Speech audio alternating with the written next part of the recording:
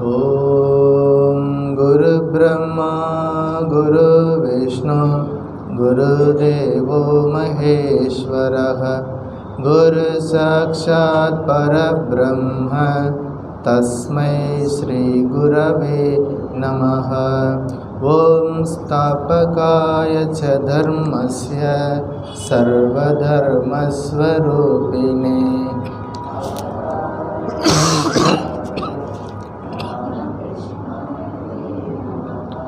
जननीं शारदां देवीं रामकृष्णं जगद्गुरुं पादपद्मे तयो श्रित्वा प्रणमामि मुहुर्मुहुः। नमः श्रीयतिराजाय विवेकानन्दसूरये सच्चित्सुखस्वरूपाय तापहारिणे त्वमेव माता च पिता त्वमेव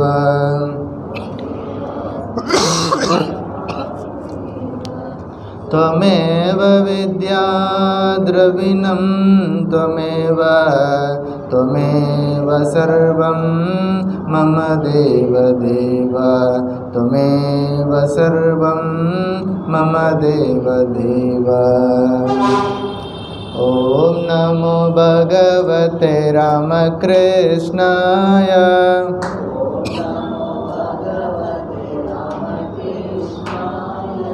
ॐ नमो भगवते रामकृष्णाय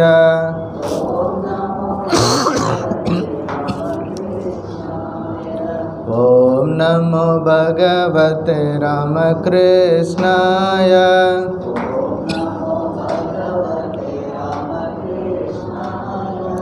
ॐ नमो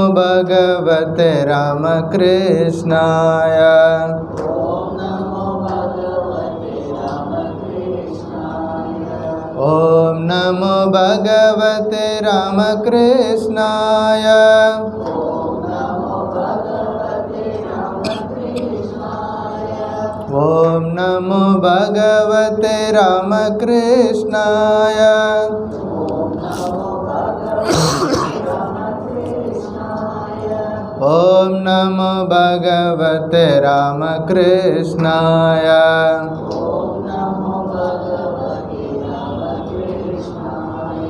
ॐ नमो भगवते रामकृष्णाय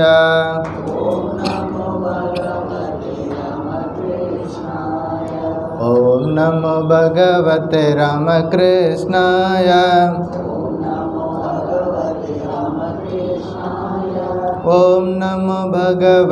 रामकृष्णाय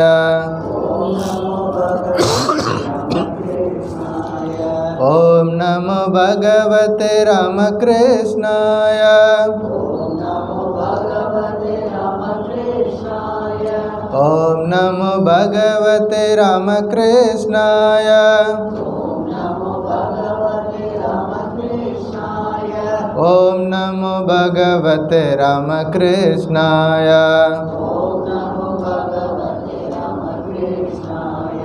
ॐ नमो भगवते रामकृष्णाय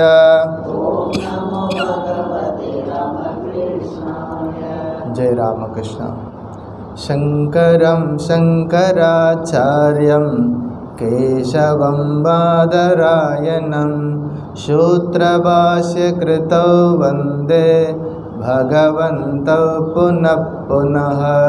श्रुतिस्मृतिपुराणानाम् आलयं करुणालयं नमामि भगवत्पादं शङ्करं लोकशङ्करम्।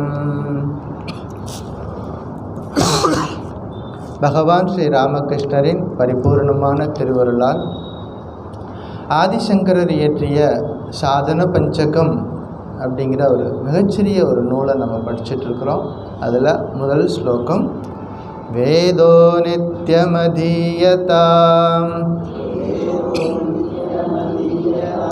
ததுதிதம் கர்மஸ்வனுஷ்டீயதாம்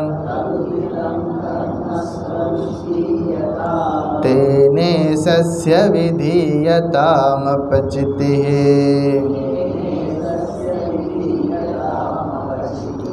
काम्ये मतिस्त्यज्यताम्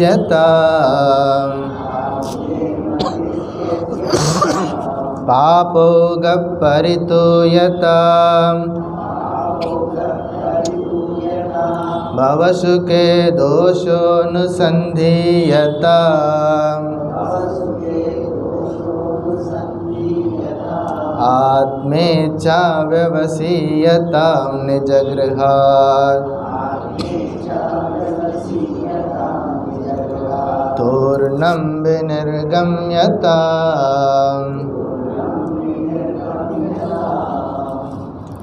வேதமானது நாள்தோறும் ஓதப்பட வேண்டும். வேதத்தில் சொல்லப்பட்டுள்ள கருத்துக்களை நன்றாக உள்வாங்கிக் கொண்டு அதற்கு ஏற்றபடி நம்முடைய வாழ்க்கையில் கர்மங்களை செய்ய வேண்டும். செய்கின்ற செயல்களை பகவானுக்கு செய்யக்கூடிய பூஜையாக செய்யணும். பலனை விரும்பி செய்யக்கூடிய காரியங்களை விட்டுவிட வேண்டும். அந்த புத்தியே நமக்குள்ளே இருக்கக்கூடாதுன்னு சொல்கிறார் ஆச்சாரியர். பலனை விரும்பி எந்த காரியத்தையும் செய்யக்கூடாது.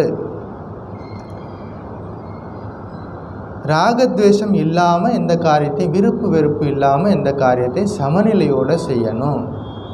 இந்த உலகத்தில் இருக்கக்கூடிய இன்பங்களில் எல்லா விதமான இன்பங்கள்லையும் துன்பம் என்பது கொஞ்சம் கலந்து இருக்குது அப்படிங்கிறத புரிஞ்சுக்கணும். ஆன்மாவை அறிந்து கொள்ள வேண்டும் அப்படிங்கிற ஆர்வத்தை நன்றாக வளர்த்து கொள்ள வேண்டும். கடைசியாக உடல் என்ற சிறையிலிருந்து ஆன்மாவை விடுவிப்பதற்கு முயற்சி செய்ய வேண்டும். நாம் செய்ய வேண்டியது முயற்சி. இறைவனுடைய அனுகிரகமும் சேரும் பொழுது அது சரியாக அமையும். ஆன்மீக சாதகர்கள் நம்ம முயற்சி பண்ணணும்.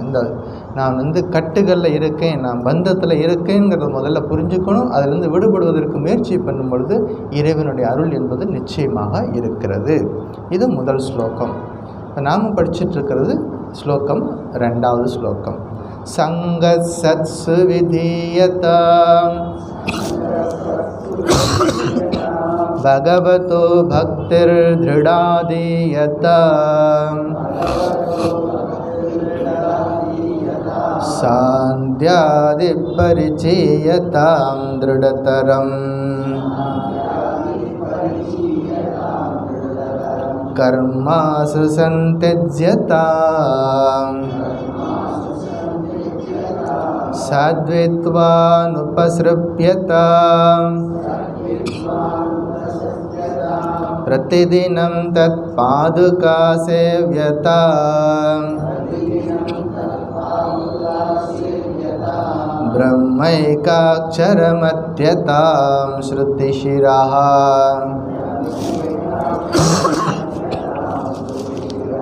வாக்யம் சமாகர்ண்யதாம்.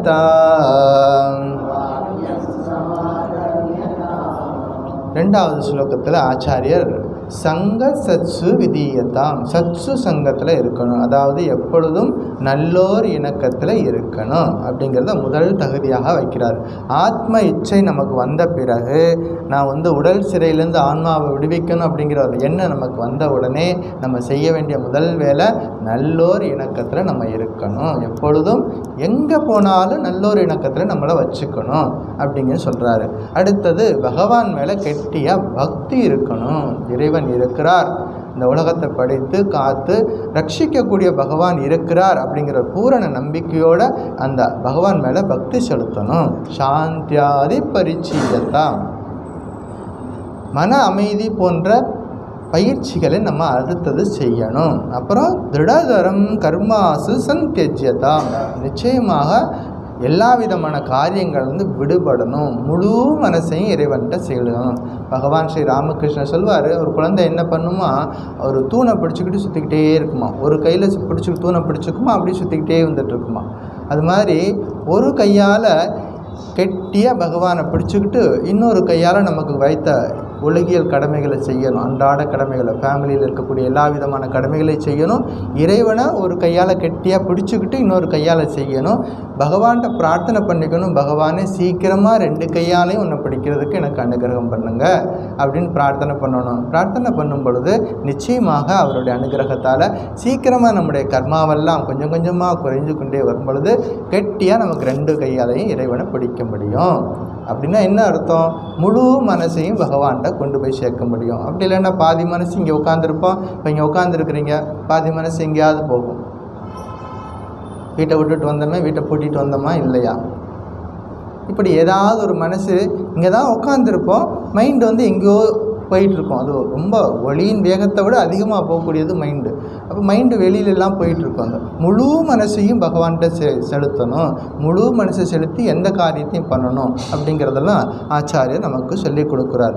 இதெல்லாம் வந்ததுக்கப்புறமா, கர்மாவிலேருந்து விலகினதுக்கப்புறமா, செயல்கள் குறைந்ததுக்கப்புறமா ஆத்ம சாதகன் என்ன பண்ணணும்? சத்வித்வான் உபசிருப்பியதாம், தகுந்த குருவை நாடி செல்ல வேண்டும். குரு நம்மக்கிட்ட வரமாட்டார். நாம் என்ன பண்ணணும்? குருவை நாடி, குரு இருக்கிற இடத்துக்கு நம்ம போய் அவர்கிட்ட பிரார்த்தனை பண்ணிக்கணும். பகவானே எனக்கு அனுகிரகம் பண்ணுங்க, எனக்கு உபதேசம் கொடுங்க அப்படின்னு பிரார்த்தனை பண்ணணும். குருவுக்கிட்ட போகும்பொழுது எப்படி போகணும்? பணிவாக போகணும். அவருக்கு பணிந்தும் கேட்டும் அவருக்கு வந்து நிறைய சேவைகள் செஞ்சு அவர்கிட்ட வந்து உபதேசம் வாங்கணும். இப்போ என்ன உபதேசம் வாங்கணும் அப்படிங்கிறத இன்றைக்கு பார்ப்போம். அதாவது பிரம்ம ஏகாட்சரம் அர்த்தியதா, செகண்ட் ஸ்லோகாவில் கடைசி வரியில் முதல் பார்ட். பிரம்ம ஏகாட்சரம் அர்த்தியதா, அதாவது அழியாத பரம்பொருளை பற்றி உபதேசம் செய்ய வேண்டும் என்று அவரிடம் கேட்க வேண்டும். ஒரு சீடன் குருநாதரை போயிட்டு அணுகினதுக்கப்புறமா என்ன கேட்கணும்? பகவான் அது மகான்களிடம் போகும் பொழுது, பெரியவர்களிடம் போகும் பொழுது தேவையற்ற பேச்சு வேண்டியது இல்லை. பெரியவங்ககிட்ட போய் இருக்கும் பொழுது அங்கே போய் உட்காந்துட்டு உலகியல் விஷயங்களை பேச வேண்டியது இல்லை. அவர்களிடம் உட்காந்துருக்கும் பொழுது உயர்ந்த விஷயங்களை கேட்கணும், உருப்படியான விஷயங்களை கேட்கணும், இந்த ஆத்மாவுக்கு உருப்படியான ஏதாவது கருத்துக்களை கேட்கணும் அப்படிங்கிறதான் விஷயம். இப்போ மகான்களிட சந்திக்கும் பொழுது அந்த மாதிரி கருத்துக்களை கேட்கணும். என்னெல்லாம் கேட்கணும்? சுவாமி, பந்தம்னா என்ன தெரியலை எங்களுக்கு, பந்தம்னா என்ன, மோட்சம்னா என்ன, சாஸ்திரம் சொல்லுது பந்தத்தில் இருக்கேன் பந்தத்தில் இருக்கேன்னு.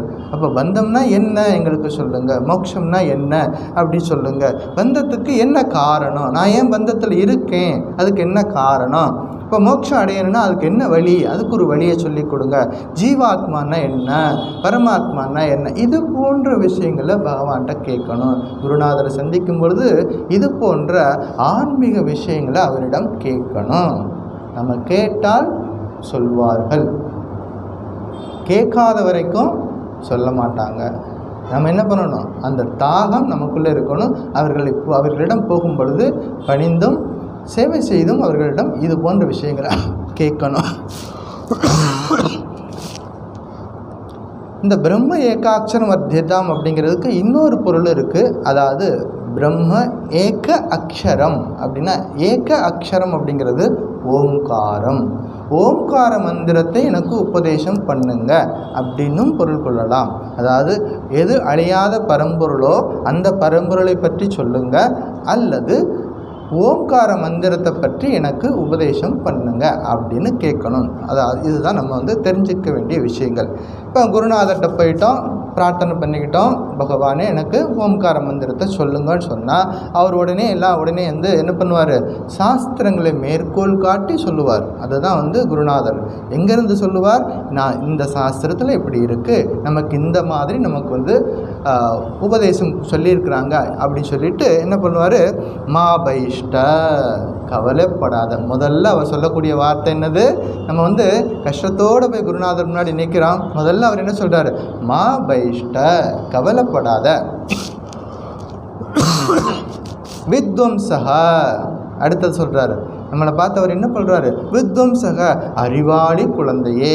ஏன்னா நம்ம கேள்வி என்ன கேட்டிருக்கிறோம்? பகவானை பற்றி கேட்குறோம், நிலையான விஷயத்தை பற்றி கேட்குறோம். அழிந்து போகிற இந்த உலகில் இன்பங்களை பற்றி நம்ம கேட்கலை. நம்ம கேட்டது ஓம்கார மந்திரத்தை பற்றி கேட்குறோம்.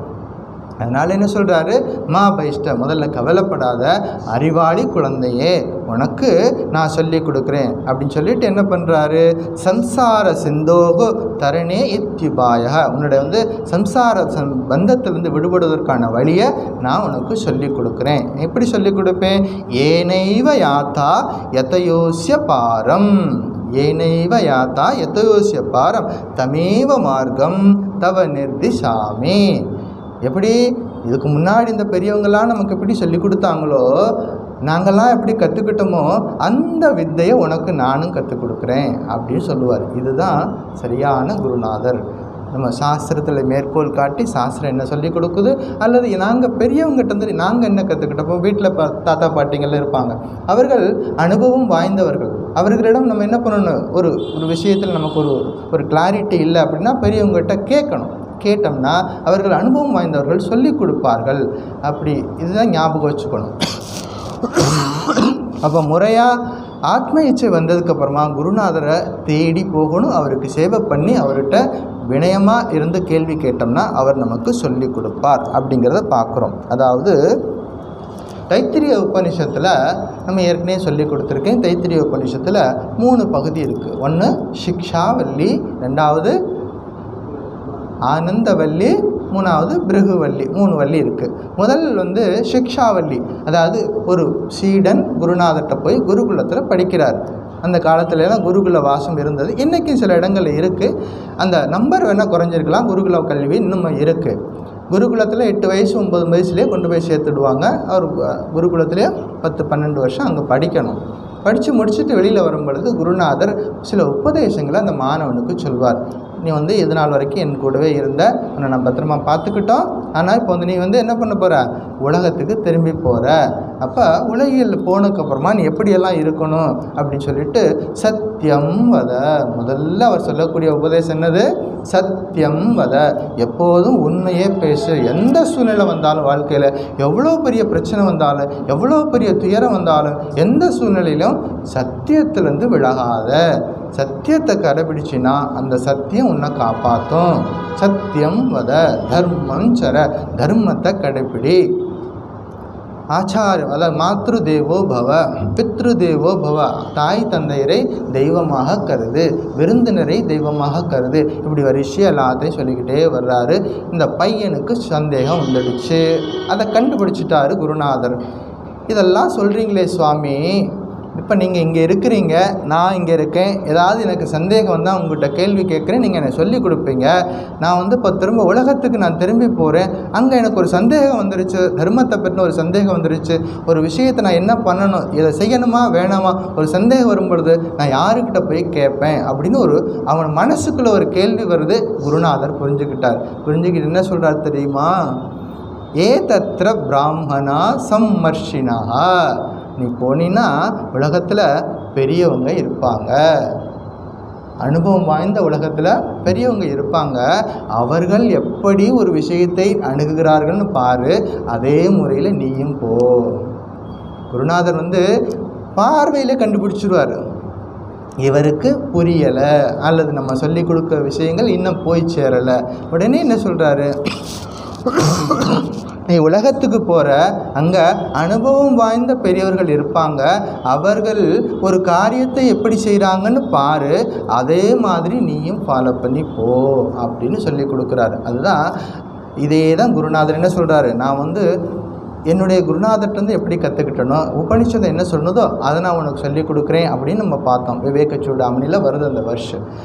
இப்படி குருநாதர்கிட்ட போய் சரணடையும் பொழுது அவர்கள் சரியான பாதையை காட்டுவார்கள். பகவத்கீதையில் நம்ம பார்த்துருக்குறோம், ஏவம் பரம்பரா பிராப்தம் இமம் ராஜர்ஷயோ விதுகு. இந்த உனக்கு நான் சொல்லிக் கொடுக்கக்கூடிய இந்த பகவத்கீதை காலங்காலமாக, இன்னைக்கு மட்டும் உனக்கு சொல்லிக் கொடுக்கல, இது காலங்காலமாக சொல்லி கொடுக்கப்பட்டது. இப்போ இந்த நிலையில் இந்த இடத்துல நான் உனக்கு சொல்லிக் கொடுக்குறேன். வித்தை ஒன்று தான், காலங்காலமாக இது இந்த பழக்கத்தில் இருக்குது அப்படிங்கிறத சொல்லி கொடுக்குறாரு. இந்த பிரம்ம ஏகாட்சரம் அர்த்தியதாம். அர்த்தியதாம் அப்படின்னா பிரார்த்தனைன்னு அர்த்தம். அர்த்தியதாம் என்றால் பிரார்த்தனை. பிரார்த்தனை என்பது பணிவின் அடையாளம். குருநாதர்கிட்ட போகும் பொழுது என்ன பண்ணணும்? பணிவாக போய் கேட்கணும். பணிவின் அடையாளம். பிரார்த்தனை என்பது ஞானம் பெறுவதற்கு பிரார்த்தனை ரொம்ப ரொம்ப முக்கியமான தகுதி, குவாலிட்டி. நமக்கு ஞானம் பெறணும் அப்படின்னா பிரார்த்தனையோடு கூடிய மனநிலையோடு பெரியவங்களை அணுகணும். நெஞ்ச நிமித்திட்டு போயிட்டு சுவாமி உங்களுக்கு நான் பகவத்கீதை தெரியுமாமே சொல்லிக் கொடுங்க அப்படி கேட்கக்கூடாது. அவர்களிடம் போய் என்ன பண்ணணும்? பணிந்தும் கேட்டும் அவர்களிடம் சேவை பண்ணி அந்த காரியங்களை கற்றுக்கணும் அப்படிங்கிறத நம்ம புரிஞ்சுக்கணும். ஸோ விவேகானந்தர் சொல்கிறாரு, நாம் தெய்வீகமானவர்கள். இதைத்தான் உபனிஷத்தும் சொல்லுது, விவேகானந்தர் அதான் சொல்கிறார், நாம் தெய்வீகமானவர்கள். விதி என்பது எதுவும் கிடையாது. யார் சொல்கிறது? சுவாமிஜி சொல்கிறார். விதி என்பது கிடையாது. நமது வாழ்க்கை நம்முடைய முன்வினை பயன்களால் இப்போ அமைஞ்சிருக்கு. அதாவது நம்முடைய கர்மாக்களால் இப்போ இருக்கக்கூடிய நிலை வந்திருக்குது. அப்படின்னா இந்த நிலையை உருவாக்குனது யார்? நாம் தான். இன்றைக்கு நாம் எப்படி இருக்கிறோமோ அதை உருவாக்குனது யார்? நாம் தான். அப்படின்னா நாளைக்கு நாம் எப்படி வரணுங்கிறதை யார் உருவாக்குறது? நாம் தான். அப்போ எங்கேருந்து வந்துச்சு விதி?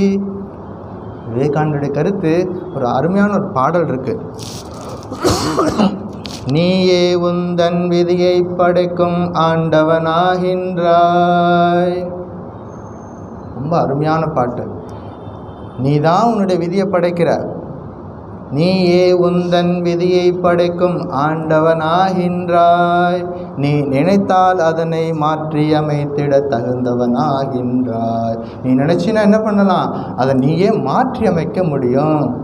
யாரோ படைத்த விதியை மாற்ற உன்னால் முடியாது.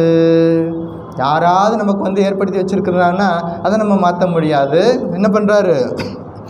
நாமே படைத்ததை நாமே அழித்திட உலகில் தடை கிடையாது அப்படி சொல்லிட்டு, சோம்பல் வாழ்க்கை வாழ்பவர்கள் தான் விதியை நம்பிடுவார், சுறுசுறுப்பாக இருப்பவர்கள் விதியை வென்றிடுவார்கள் அப்படின்னு இந்த பாட்டு முடியுது. அவ்வளோ கருத்துக்கள் இருக்குது விவேகானந்தர்கிட்ட. விவேகானந்தர்கிட்ட எல்லாமே பாசிட்டிவ், அங்கே நெகட்டிவே கிடையாது. அது சூப்பர் மார்க்கெட்டு. விவேகானந்தர்கிட்ட உள்ளே போயிட்டிங்கன்னா யாருக்கு என்ன வேணாலும் கிடைக்கும். செருப்பு தைக்கிறவங்க கூட விவேகானந்தர்ந்து கற்றுக்க முடியும். பெரிய பெரிய நீதிபதியும் அவர்கிட்ட கற்றுக்க முடியும். யாரெல்லாம் விவேகானந்தரை படிக்கிறாங்களோ, யாரெல்லாம் விவேகானந்தரை சிந்தனை பண்ணுறாங்களோ, யாரெல்லாம் விவேகானந்தர் தியானம் பண்ணுறாங்களோ எல்லாருக்கும் அவருடைய சக்தி வரும். என்ன சொல்லிக் கொடுக்குறார்? நாம் தெய்வீகமானவர்கள். விதியை நம்பிட்டு இருக்காத. நீ வாழ்க்கையில் உயரணும் அப்படின்னா உழைக்கணும் சொல்லிக் கொடுக்குறார். உழைக்கணும், மற்றவர்களை நம்பி இருக்காத. இந்த ஒரு புழு இருக்கும். இந்த புழு என்ன பண்ணும்? அந்த புழுவின் உடம்புலேருந்தே ஒரு திரவம் உண்டாகும். அது உண்டாகி கொஞ்சம் கொஞ்சமாக அதிகரித்து அந்த புழுவே மூடி சுத்தமாக மூடிடும். இப்போ என்னாச்சு? அந்த புழுவை சுற்றி ஒரு பெரிய கூடு கட்டிடும். அது அதுலேருந்து வெளியே வர முடியாது. அதுக்குள்ளேருந்து கதறிக்கிட்டே கிடக்கும் அந்த புழு. யாராவது காப்பாற்றுங்க, என்னை காப்பாற்றுன்னு கதறிக்கிட்டே கிடக்கும். யாரும் போய் காப்பாற்ற முடியாது. அந்த புழு போடுற சத்தம் யாரு கேட்கும்? அதுதான் உருவாக்குச்சு அந்த கூட்டை. இப்போ அதுக்குள்ளே கிடந்தே கத்திக்கிட்டே இருக்குது. இப்போ என்ன பண்ணிச்சு அந்த புழு? ஒரு நாள் இப்படியே எத்தனை நாளைக்கு கத்திக்கிட்டே இருக்குது. உடைச்சிட்டு நான் வெளியில் போவேன் அப்படின்னு சொல்லிட்டு என்ன பண்ணிச்சு அந்த புழு? அந்த கூட்டை உடைச்சிட்டு வண்ணத்து பூச்சியாக அழகாக வெளியில் வருது. நம்ம எல்லோரும் பார்த்துருக்குறோம் வண்ணத்து பூச்சி. அழகழகாக டிஃப்ரெண்ட் கலரில் வண்ணத்து பூச்சி பார்த்துருப்போம். அது எப்படி உருவாகுது? ஒரு புழுவாக ஆரம்பித்த தன்னுடைய வாழ்க்கை அதுவே தன்னுடைய கட்டுகளெல்லாம் உடைச்சிட்டு வெளியில் வருது. அப்போ நாம் நம்ம சுதந்திரன் ஆகணும். அப்படின்னா சுதந்திரன் ஆகிறதும் கட்டுக்குள்ளே இருக்கிறதும் யாருக்கிட்ட கிடையாது, நமக்குள்ளே தான் இருக்குது. நம்ம தான் அதை உருவாக்கி இருக்கிறோம். அதுலேருந்து வெளியே வரணும். என்னது கட்டுக்கள்? பிறப்பு, இறப்பு, இதெல்லாம் கட்டுக்கள் நமக்கு வந்திருக்கிறோம். பிறப்பு, இறப்பு, இன்பம், துன்பம், வாழ்க்கையில் இதெல்லாம் மாறி மாறி வந்துக்கிட்டே இருக்குது. அனுபவிச்சுக்கிட்டே இருக்கிறோம். கஷ்டப்படுறோம், ஓன்னு அழுகுறோம். இந்த பகவான் தான் இருக்காரே, எல்லாரையும் நல்லா வச்சுருக்கார், எனக்கு மட்டும்தான் கஷ்டம் கொடுத்துருக்கிறார், அழுகுறோம் இல்லையா? எல்லாரையும் நல்லா வச்சுருக்கார், எனக்கு மட்டும் கஷ்டம் கொடுத்துருக்கிறார் அப்படின்னு நம்ம என்ன பண்ணுறோம்? ரிப்போர்ட் பண்ணிடுறோம் பகவான் மேலே. அப்போ இதெல்லாம் அழுதுகிட்டே இருந்தால் நடக்காது. அந்த துன்பங்கள்லேருந்து விடுபடணும் அப்படின்னா துன்பங்களுக்கு காரணம் என்னன்னு பார்க்கணும். காரணம் என்னது? அறியாமை, இக்னோரன்ஸ். துன்பத்துக்கு எல்லாத்துக்கும் காரணம். எவ்வளோ பெரிய துன்பமாக இருக்கட்டும், சின்னதாக இருக்கட்டும், பெரியாக இருக்கட்டும், அது ஆஃபீஸராக இருக்கட்டும், கிராமத்தில் வேலை பார்க்குற விவசாயியாக இருக்கட்டும், யாராக இருந்தாலும் சரி, அவரவர்கள் துன்பம் இருக்கும். அந்த துன்பங்களுக்கு, எல்லா துன்பங்களுக்கும் காரணம் அறியாமை. அறியாமையிலேருந்து நீங்கினா துன்பத்திலேருந்து நம்ம வெளியே வந்துடுவோம். அறியாமையிலேருந்து நம்ம வெளியில் வரணும். மனிதன் இயல்பிலேயே தூயவன். எல்லாரும் உலகத்தில் இருக்கிற எல்லா ஜனங்களுமே தூயவர்கள், புனிதமானவர்கள். யாரும் குறை சொல்லக்கூடாது, யாரையும் குறை சொல்லக்கூடாது, குறைப்பட்டவர்களும் கிடையாது. எல்லாருக்குள்ளேயும் தெய்வீகம் இருக்குதுன்னு சொல்லிட்டு நம்முடைய பாரத சனாதன தர்மம் சொல்லுது. எல்லாரும் தூயவர்கள், பரிபூரணமானவர்கள் சொல்கிறோம். ஆனால் நம்மளுடைய அன்றாட வாழ்க்கையில் அவ்வளோ சந்தோஷமாக இருக்கிறோம். நான் பரிசுத்தமானவன் அப்படின்னு சொல்லி சந்தோஷமாக இருக்கிறோம். எவ்வளோ கஷ்டத்தில் எனக்கு அது சரியில்லை, இது சரியில்லை, அதில் குறையா இருக்குது, இதில் குறையா இருக்குது. நம்ம என்ன பண்ணுறோம்? மற்றவங்களோட கம்பேர் பண்ணிக்கிட்டே இருக்கிறோம். மற்றவங்க வாழ்க்கையோட கம்பேர் பண்ணிக்கிட்டே இருக்கிறதுனால நிறைவு என்பது நமக்கு வராது. என்னுடைய வாழ்க்கையில் என்னுடைய சம்பாத்தியத்துக்கு இது போதுமா? போதும். தேவையில்லாமல் என்ன பண்ணக்கூடாது? அகலக்கால் வைக்கக்கூடாது. இதெல்லாம் நம்ம கற்றுக்கொள்ள வேண்டிய விஷயங்கள். நமக்குள்ள கடவுள் தன்மை இருக்கிறது. அதாவது பாலில் செஞ்சக்கூடிய ஒரு ஸ்வீட் இருக்குதுன்னு வச்சுங்க.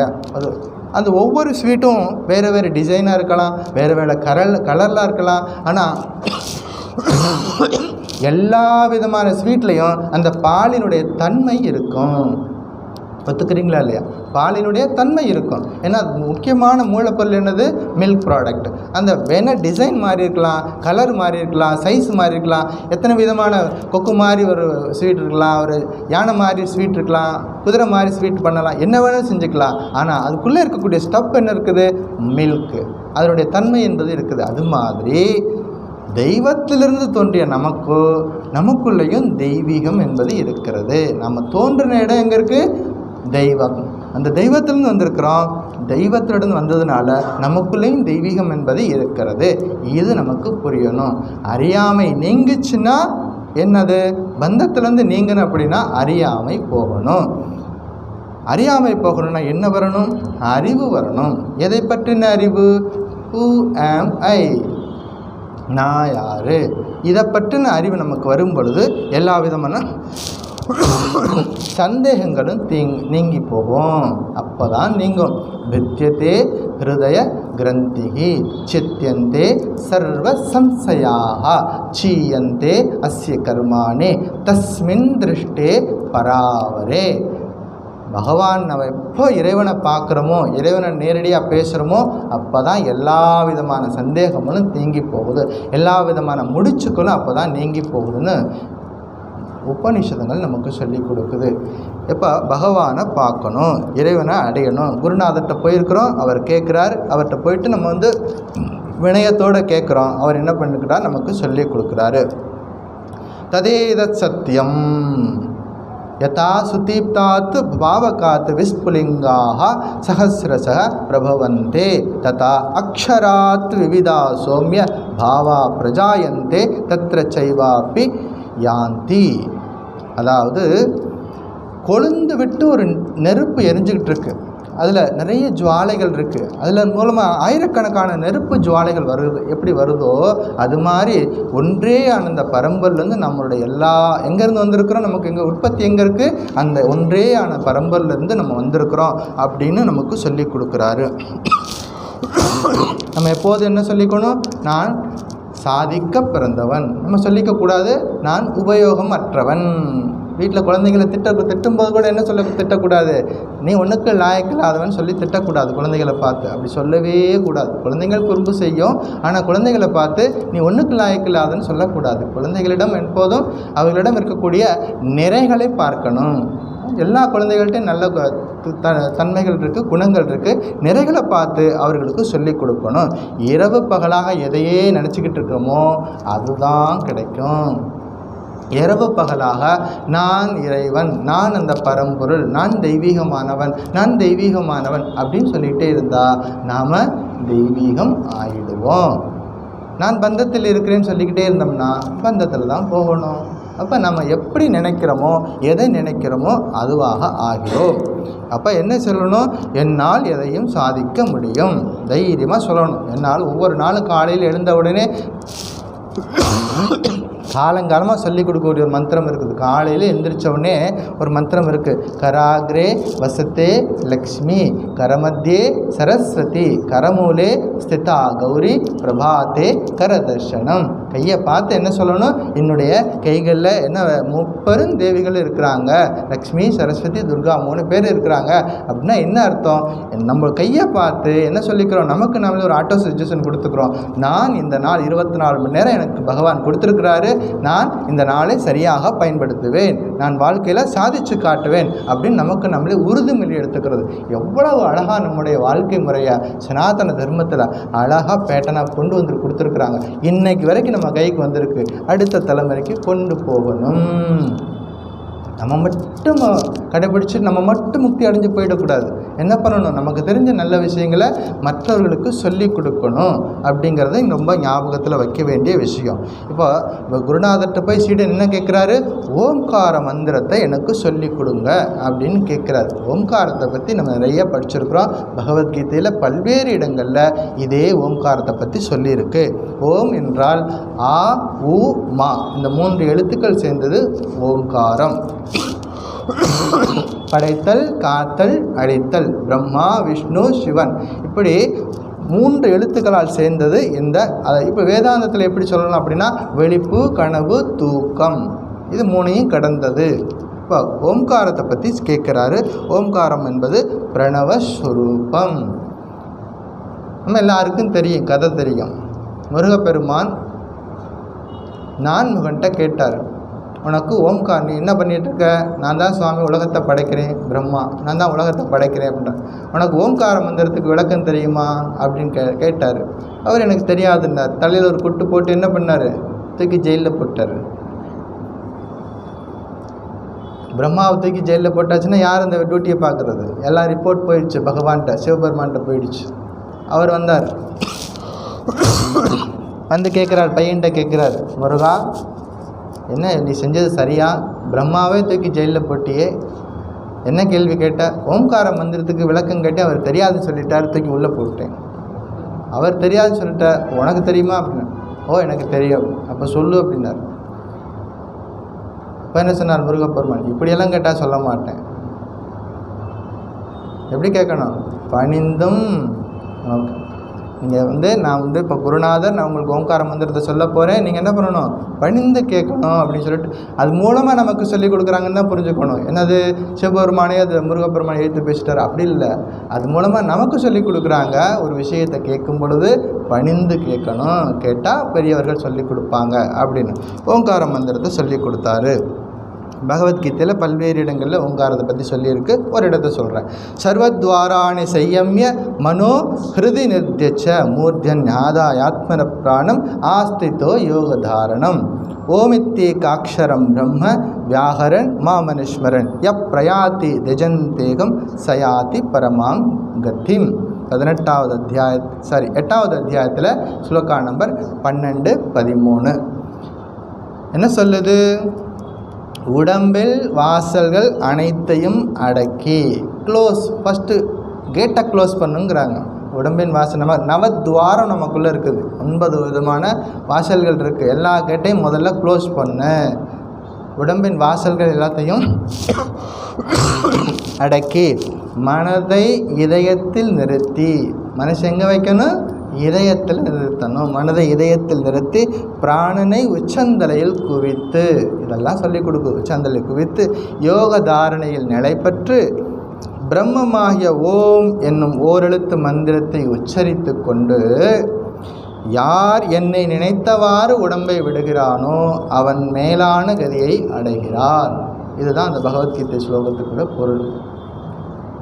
கிளியராக சொல்லி கொடுத்துருக்கு. ஓங்கார மந்திரத்தை எப்படி சொல்லணும், அதுக்குரிய தகுதியெல்லாம் என்ன இருக்குது? மனசை ஒருநிலைப்படுத்தணும். மனசை எங்கே தியானம் பண்ணணும்? இதயத்தில் தியானம் பண்ணணும். சுவாமி தலையில் தியானம் பண்ணக்கூடாதா? மனதை குவிப்பதற்கு 2-3 பாயிண்ட் சொல்லுவாங்க. இதயத்தில் தியானம் பண்ணலாம், அல்லது இந்த புருவ நெத்தியில் தியானம் பண்ணலாம், அல்லது உச்சந்தலையில் தியானம் பண்ணலாம். இப்படியெல்லாம் ஒரு விதமான சொல்லி கொடுப்பாங்க. ஆனால் பகவான் ஸ்ரீ ராமகிருஷ்ணர் மற்ற மகான்கள் எல்லாருமே சொல்லிக் கொடுக்கக்கூடியது இருக்கிறதுலே சேஃபஸ்ட் வே, அதாவது ரொம்ப எளிதானது, பிரச்சனை இல்லாதது இதயத்தில் தியானம் பண்ணுறது அப்படிங்கிறத எல்லாரும் சொல்லி கொடுத்துருக்குறாங்க. அதே தான் பகவத்கீதையும் சொல்லுது. மனசை எங்கே நிறுத்தணும்? இதயத்தில் தியானம் பண்ணணும் அப்படின்னு சொல்லி கொடுக்குறாங்க. ஒரு உதாரணம் சொல்கிறேன். அன்னை சாரதாதேவி, சாரதாதேவியின் சீடர் ஸ்ரீமத் சுவாமி விரஜானந்தர். விரஜானந்தர் நம்முடைய மடத்தினுடைய சங்க குருவாக இருந்தவர். அவருடைய இளம் வயதில் ஒரு தியானம் பண்ணுற, அதிக நேரம் தியானத்திலே இருப்பவர். அவர் தியானம் பண்ணுறார். உச்சந்தலையில் மனதை குவித்து தியானம் பண்ணிகிட்டு இருக்கார். ரொம்ப நாள் தியானம் பண்ணிகிட்டு இருக்கார். அவருக்கு உடல்நிலை சரியில்லாமல் போச்சு. எந்த பெரிய பெரிய டாக்டரெல்லாம் கூப்பிட்டு போய் காமிக்கிறாங்க. எல்லா டாக்டரும் சொல்லிட்டாங்க இது சரிப்படுத்த முடியாது. ஏன்னா அவர்களுக்கு அறிவியல் அறிவு ஒரு லிமிட்டுக்கு மேலே போகாது. அவர்கள் ஒரு எல்லா செக் பண்ணி பார்ப்பாங்க. அதுக்கு மேலே இருக்கக்கூடிய அந்த சூக்ஷ்மமான விஷயங்கள் தியானம் பண்ணால் தான் புரியும். அதுக்கு மேலே அறிவியல் நின்று போயிடும். டெக்னாலஜியில் அதுக்கு மேலே போகாது. அது ஆன்மீக உலகங்கிறது அதுக்கு அப்பாற்பட்ட விஷயங்கள். அதனால் அவங்க என்ன சொல்லிட்டாங்க, எல்லாம் செக் பண்ணி பார்த்துட்டு இது தீர்க்க முடியாத வியாதின்னு சொல்லி அனுப்பிட்டாங்க. அப்போ இந்த செய்தி அன்னை சாரதா தேவிக்கு போகுது. சாரதாம்மா கூப்பிட்டுட்டு வர சொல்கிறாங்க. பார்த்துட்டு முதல் கேள்வி கேட்டாங்க, நீ எங்கே தியானம் செய்கிறாய்? முதல்ல மனதை எங்கே குவிக்கிறான்னு கேட்குறாங்க. நான் உச்சந்தலையில் வச்சு தியானம் பண்ணுறேன். என்ன காரியம் பண்ணிட்டேன்? பதறி போகிறாங்க அன்னை சாரதா தேவி. என்ன காரியம் பண்ணிட்டேன்? அது கடைசி காலத்தில் செய்ய வேண்டியது இல்லையா? இங்கே என்ன சொல்லி கொடுத்துருக்காரு ஸ்ரீராம்? பகவத்கீதையில் தான் சொல்லி கொடுக்குறாரு. அது கடைசி காலத்தில் செய்ய வேண்டியது இல்லையா? நீ இப்போவே அதெல்லாம் செய்யக்கூடாது. மனதை இதயத்தில் வச்சு தியானம் பண்ணு அப்படின்னு சொல்லி கொடுக்குறாங்க. அன்றிலிருந்து இதயத்தில் தியானம் பண்ண ஆரம்பித்தார். அவருக்குடைய எல்லா பிரச்சனைகளும் சால்வ் ஆச்சு. இதெல்லாமே ரெக்கார்டில் இருக்குது. நம்முடைய இலக்கியங்களில், ராமகிருஷ்ண வேதாந்த இலக்கியங்களில் இருக்குது. இதெல்லாம் நம்ம கற்றுக்கொள்ள வேண்டிய விஷயங்கள். இப்போ குருநாதர்கிட்ட தீட்சை வாங்குகிறோம் அப்படின்னா கரெக்டாக அவங்க என்ன சொல்லி கொடுக்குறாங்களோ அதை சரியாக ஃபாலோ பண்ணால் போதும். அதுவே நமக்கு கொண்டு போய் சரியான இடத்துல கொண்டு போய் சேர்க்கிறோம். அதிகமாக எதையும் சேர்க்க வேண்டியதில்லை, எதையும் குறைக்க வேண்டியதில்லை. சொல்லி கொடுத்ததை அப்படியே ஃபாலோ பண்ண, டிட்டோவை ஃபாலோ பண்ணால் அதுவே நமக்கு போதுமானது. இவ்வளோ விஷயங்கள் இருக்கிறது. அதாவது இன்றைக்கு என்ன உபதேசம்? பிரம்ம ஏகாட்சரம் அத்யதா. அதாவது ஒன்றே ஆனந்த பரம்பொருளை பற்றி எனக்கு சொல்லிக் கொடுங்க, அல்லது அந்த ஓம்கார மந்திரத்தை பற்றி சொல்லிக் கொடுங்கன்னு சொல்லிட்டு யாருக்கிட்ட கேட்குறார்? சீடர் குருநாதர்கிட்ட கேட்குறார் அப்படின்னு பார்க்குறோம். அடுத்த உபதேசத்தை அடுத்த வாரம் பார்ப்போம். இந்த வாரத்தில் 2 ஜெயந்தி வந்துச்சு. இந்த வாரத்தில் 2 ஜெயந்தி. யார் சொல்லுவாங்க?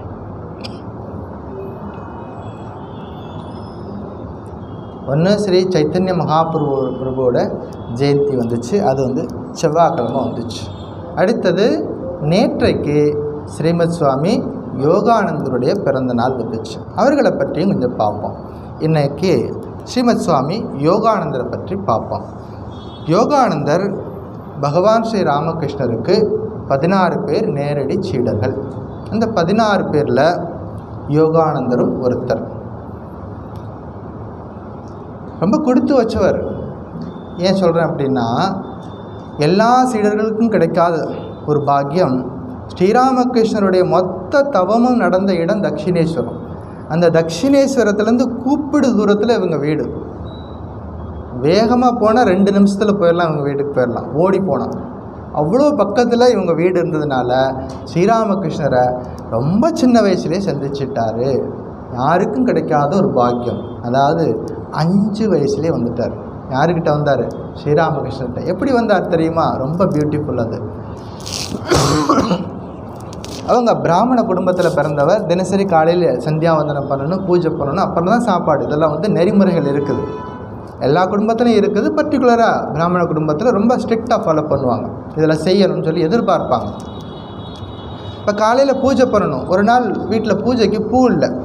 உடனே அம்மா என்ன சொன்னாங்க, பக்கத்தில் கோயில் தோட்டம் இருக்குது, அங்கே போயிட்டு அங்கே நிறைய பூவெல்லாம் இருக்கும், அங்கே போய் பறிச்சுட்டு வான்னு சொல்லிட்டு கூடையை கொடுத்து அனுப்பிட்டாங்க. இந்த பையனுக்கு 5 வயசு. நேராக வந்தான், தோட்டத்துக்கு வந்தான். அங்கே தோட்டத்தில் ஏற்கனவே ஒருத்தர் பூ பறிச்சுட்டு இருந்தார். அவர் யார் தெரியுமா? பகவான் ஸ்ரீ ராமகிருஷ்ணர். அவர் காளி தேவிக்கு பூஜை பண்ணிகிட்ருக்கார், பூஜாரியாக இருக்கார் அந்த கோயிலில். இது நடந்தது 1861. அப்போ அவர் பூஜாரியாக இருக்கார். அவர் காலையில் எழுந்திரிச்சு அனுஷ்டானங்கள்லாம் முடிச்சுட்டு கோயிலில் அலங்காரம் பண்ணுறதுக்கு, பூ பறிக்கிறதுக்கு, தேவிக்கு பூஜை பண்ணுறதுக்கா, பூ பறிக்கிறதுக்கு அவரும் பூந்தோட்டத்தில் வந்து பூ பறிச்சுட்டு இருக்கார். இவன் வாசல்லே நின்றுட்டு இருக்கான், கையில் வந்து கூடையை வச்சு நின்றுட்டு இருக்கான். வாடா கண்ணா இங்கே வா அப்படின்னு கூப்பிட்றார். என்ன வேணும்னு கேட்டார். எனக்கு பூ வேணும், அம்மா பறிச்சுட்டு வர சொன்னாங்க. அப்போ என்ன பண்ணுறார், ஸ்ரீராமகிருஷ்ணரே பூவெல்லாம் பறித்து கூட நிறைய நிரப்பி எடுத்து கொடுத்து போயிட்டு வா அப்படின்னு அனுப்பி வைக்கிறார். இது என்னைக்கு ஒரு நாள் மட்டும் கிடையாது, தினசரி இது நடந்துகிட்டே இருந்தது. இவருக்கு தெரியாது, இவர் தான் என்னை ரட்சிக்கக்கூடிய அந்த என்னுடைய குருநாதர் என்பது அந்த சின்ன பையனுக்கு அப்போ தெரியாது. அவன் 5 வயசுலேயே ஸ்ரீராமகிருஷ்ணரை போய் பார்த்துட்டான். தினசரி போவான். கிட்டத்தட்ட 10 வருடங்கள் இந்த தொடர்பு இருந்தது. இதுதான் மற்ற சீடர்களுக்கு கிடைக்காத ஒரு வாய்ப்பு இந்த சீடருக்கு கிடைச்சது. கிட்டத்தட்ட 10 வருஷங்கள் இவர் தான் குருநாதர் என்பது தெரியாமலேயே அவர் கூட வந்து அவர் தோட்டக்காரனாக நினச்சி இவர் போய் பழகிட்டு இருக்கார். ஒவ்வொரு நாளும் போவார். இவர் தோட்டக்காரர், அங்கே நமக்கு பூ பறித்து கொடுக்க ஒரு தாத்தா இருக்கார், அவர் பூ பறித்து கொடுப்பான்னு சொல்லிட்டு அவர் போய் பழகிறார். கொஞ்ச நாள் கழித்து ஸ்கூல் முடிச்சுட்டு காலேஜுக்கு போகிறார். அப்போ ஒரு பத்திரிக்கையில் படிக்கிறார். அந்த பத்திரிக்கையில் பிரம்ம சமாஜ பத்திரிக்கையில் ராமகிருஷ்ண பரமஹம்சரை பற்றி ஒரு ஆர்டிக்கிள் வருது. அதை படிக்கிறார். படிச்சுட்டோடனே உடனே ராமகிருஷ்ணர் பரமஹம்சரா எங்கே இருக்கார்? தட்சிணேஸ்வரத்தில். தட்சிணேஸ்வரமா? நான் அங்கேருந்து தானே வர்றேன், எங்கே இருக்கார் அவர்? அப்படியா, ராமகிருஷ்ணர் அங்கே தான் இருக்காரா? அப்போ போய் முதல் முறையாக தட்சிணேஸ்வரத்தில் ராமகிருஷ்ணரை வளர்ந்த பிறகு போய் பார்க்க போகிறாரு. போன உடனே கேட்குறாரு, உங்கள் அப்பா அம்மா யாருன்னு கேட்குறாரு. அப்பா அம்மா பேரை சொல்கிறாரு. சொன்ன உடனே நான் உங்கள் வீட்டுக்கெலாம் வந்திருக்கேன், அவங்களாம் எனக்கு நல்லா தெரியும் அப்படின்னாரு. அவ்வளோ பரிச்சயமான குடும்பம், அடிக்கடி நான் உங்கள் வீட்டுக்கு வந்திருக்கேன், எனக்கு நல்லா தெரியும் அப்படிங்கிறாரு. அப்போ யோகானந்தருக்கு மனசுக்குள்ளே எப்போதும் என்ன ஒரு சிந்தனை இருக்கும் அப்படின்னா, நான் இந்த உலகத்தை சேர்ந்தவன் அல்ல, நான் அந்த நட்சத்திர கூட்டத்தை சேர்ந்தவன். வானத்தில் நட்சத்திரங்கள் இருக்கு இல்லையா, அந்த நட்சத்திர கூட்டத்தில் நான் சேர்ந்தவன். அப்போ என்ன அர்த்தம்? நான் பந்தப்பட்டவன் இல்லை. ஸ்ரீராமகிருஷ்ணர் ஒவ்வொரு சீடரை பற்றி சொல்லுவார். இவரை பற்றி சொல்லும் பொழுது இவர் ஈஸ்வர கோட்டியில் ஒருத்தர். ஈஸ்வர கோட்டிகளில் 5 பேரை பற்றி சொல்லும்போது சொல்லுவார் ஈஸ்வர கோட்டின்னு. அந்த ஈஸ்வர கோட்டிகளில் இவர் ஒருத்தர். இன்னொன்று என்ன சொல்லுவார், இவர் அர்ஜுனனின் அவதாரம். எந்த கிருஷ்ண அவதாரத்தில் அந்த அர்ஜுனன் யாரை நம்ம பகவத்கீதையில் பார்க்குறோமோ அந்த அர்ஜுனன் வந்து இந்த ராமகிருஷ்ண அவதாரத்தில் யோகானந்தரா வந்திருக்கார் அப்படின்னு சொல்லுவார். இவ்வளோ விஷயங்கள் இவர்கிட்ட இருக்குது. உபநயனம் ஆகுது. உபநயனம் நடந்ததுக்கப்புறமா அவருடைய வாழ்க்கையில் பெரிய மாற்றங்கள் வருது. ஆன்மீக விழிப்புணர்வு வருகிறது, ஆன்மீக தேடல் வருகிறது. நம்ம பார்த்துருக்கோம் இல்லையா, இந்த முதல் ஸ்லோகத்தை பார்த்தோமே சாதன பஞ்சகத்தில், ஆன்மாவை பற்றி அறிய வேண்டும் என்ற தீவிர நாட்டம் இருக்கணும். அது வந்ததுக்கப்புறமா என்ன பண்ணணும், தகுந்த குருவை நாடி போகணும்னு சொல்லி படிச்சிருக்கோம் இல்லையா. அப்போ ஆன்மீக முன்னேற்றம் அடையணும் அப்படின்னு சொல்லிட்டு இவர்கிட்ட ஒரு தாகம் என்பது வருகிறது. வாழ்க்கையின் லட்சியம் வந்து இறைவனை அடைகிறது. அப்படின்னா திருமண வாழ்க்கைக்கு போனால் அது மிகப்பெரிய தடையாக இருக்கும். நான் திருமணம் செய்து கொள்ள மாட்டேன் அப்படின்னு உறுதி எடுத்துக்கிறார். என்ன பண்ணுறார், ஒரு நாள் போயிட்டு மாமா வீட்டுக்கு போயிட்டார். கான்பூரில் மாமா வீடு இருக்குது, அங்கே போய் தங்கியிருக்கார். தியானம் பண்ணிக்கிட்டே இருப்பார், எப்போவும் தியானம் பண்ணிக்கிட்டே இருப்பார், உயர்ந்த புஸ்தகங்கள் படிச்சுக்கிட்டே இருப்பார். இந்த மாமா கண்டுபிடிச்சார், இவன் அப்படியே விட்டோம்னா சரியாக வராது. உடனடியாக வீட்டுக்கு தகவல் சொன்னார், இவனுக்கு சொல்லாமல் சத்தமில்லாமல் இவனுக்கு ஒரு கல்யாணம் பண்ணி வச்சிடணும். என்ன பண்ண சொன்னால் வந்து முடியாதுன்னு சொல்லிவிடுவான், சத்தமில்லாமல் எல்லாம் பண்ணிடலாம்னு சொல்லிட்டு என்ன பண்ணுறாங்க, எல்லா ஏற்பாடும் வீட்டில் நடக்குது. எல்லாம் செஞ்ச பொண்ணெல்லாம் பார்த்தாச்சு, எல்லாம் ரெடி பண்ணி வச்சாச்சு. உடனே அங்கேருந்து ஒரு தந்தி வருது, அம்மாவுக்கு உடல்நிலை சரியில்லை, உடனே புறப்பட்டு வரவும். எந்த பிள்ளையாவது இந்த ஒரு செய்தியை கேட்டதுக்கப்புறமா பேசாமல் இருப்பாங்களா? பதறி போய் போகிறார். ஏன்னா அவருக்கு அம்மா மேலே அவ்வளோ இஷ்டம். அம்மாவுக்கு உடம்பு சரியில்லை, உடனே புறப்பட்டு வான்னு ஒரு தந்தி வருது, உடனே புறப்பட்டு போகிறார். இவர் நினச்சி போகிறார், அங்கே வீட்டில் எல்லாம் அழுதுகிட்டே இருப்பாங்க அப்படின்னு சொல்லிட்டு பயந்து போகிறாரு. வீட்டு பக்கத்தில் போய் பார்த்தா அங்கெல்லாம் வாழை மரங்கள்லாம் கட்டி தோரணமெல்லாம் கட்டி அங்கே வேறு மாதிரி காட்சி நடந்துகிட்ருக்கு. அங்கே எல்லாம் டெக்கரேஷன்லாம் பண்ணி எல்லாம் புது ட்ரெஸ் எல்லாம் போட்டுக்கிட்டு சந்தோஷமாக இருக்கிறத பார்க்குறாரு. என்ன இது, எனக்கு வந்த தந்திக்கும் இங்கே இருக்கிற நடக்கிறதுக்கும் பொருத்தம் இல்லையே. வீட்டுக்குள்ளே போகிறார். போகணுன்னு புரிஞ்சு போச்சு, அங்கே திருமண ஏற்பாடு நடந்துக்கிட்டு இருக்கு. அம்மா வந்து என்ன பண்ண, கெட்டியாக பிடிச்சிக்கிட்டாங்க அவனை. எனக்கு வந்து நான் உன்னை நம்பித்தான் வாக்கு கொடுத்துருக்குறேன், அம்மா மேலே இன்றைக்கி வந்து எவ்வளோ பிரியம் வச்சுருக்க நீயே, அம்மா சொல்ல நீ தட்ட மாட்டேன்னு சொல்லிட்டு அந்த நம்பிக்கையில் நான் இதெல்லாம் செஞ்சிட்டோம், நீ கண்டிப்பாக கல்யாணம் பண்ணிக்கணும். அம்மா மேலே வச்சுருக்கிற பாசத்தினால என்ன பண்ணார், சரின்னு சொன்னார். என்னாச்சு, திருமணம் நடந்துச்சு. அன்றிலிருந்து பெரிய ஏக்கம் அவருக்கு. நான் ஆன்மீக சாதனையில் இருந்தேன், என்னை வந்து எப்படி ஒரு சங்கடமான சூழ்நிலை வச்சுட்டிங்களா, தினசரி ராமகிருஷ்ணரை பார்க்க போவேன், எந்த முகத்தில் போய் அவரை போய் பார்ப்பேன், போக முடியலை, வீட்டிலே இருக்கார், ரொம்ப நாள் ஆச்சு, இவர் போகவே இல்லை. ஒரு நாள் ராமகிருஷ்ணர் ஒருத்தரை கூப்பிட்டு சொல்லி அனுப்பிச்சி வச்சார். அந்த யோகின்னு ஒருத்தர் இருக்கான், அவன் என்கிட்டருந்து 2 அணா வாங்கிட்டு போனான். ஒரு கடையில் போய் ஒரு பொருள் வாங்கிட்டு வர சொன்னேன், 2 அணா கொடுத்து விட்டேன், அந்த காசையும் திருப்பி கொடுக்கல, அந்த பொருளும் வரல, என்னான்னு கேளு அப்படின்னு ஒரு செய்தி அனுப்பிட்டார். அவன் போய் சொல்லிட்டான், நீ என்ன ராமகிருஷ்ணத்தை 2 அணா வாங்கிட்டு வந்தியாமே, பொருள் வாங்கிட்டு வர சொன்னாரா, அதையும் கொண்டு போய் கொடுக்கலையா, அந்த திருப்பி கொண்டு மிச்ச காசையும் கொடுக்கலையாமே அப்படின்னு. இவனுக்கு கோபம் வந்துருச்சு யோகனுக்கு.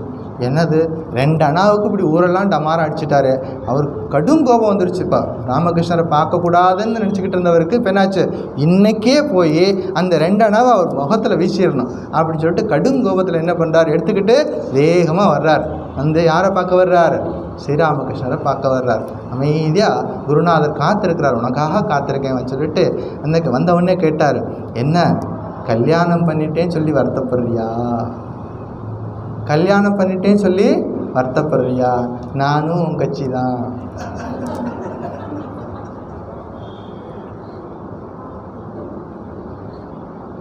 நானும் உன் கட்சி தான் அப்படி சொல்லிட்டு என்ன சொன்னார் தெரியுமா, இந்த இடத்தில் உனக்கு பக்தி இருக்குமானால் நீ 1,00,000 முறை திருமணம் செய்தாலும் எதுவும் ஒன்றும் பண்ணாது.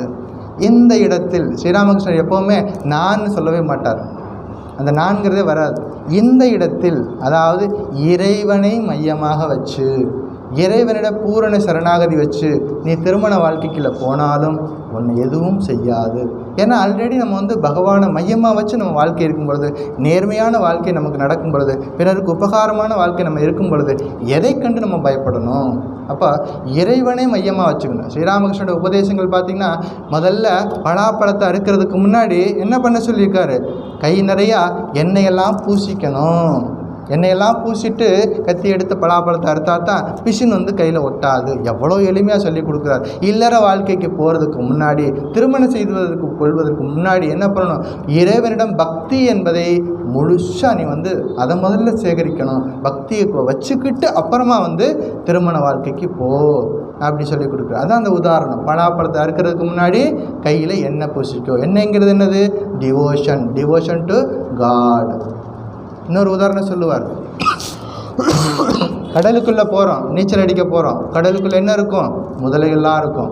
முதலைகிட்டேருந்து நம்ம தப்பிக்கணும் அப்படின்னா மஞ்சளை பூசிட்டு போ, மஞ்சள் உடம்பு பூரா மஞ்சளை பூசிட்டு கடலுக்குள்ளே போயிட்டினா முதலைகள் வந்து உன்னை தொந்தரவு பண்ணாது. மஞ்சள்ங்கிறது என்னது, விவேகம்.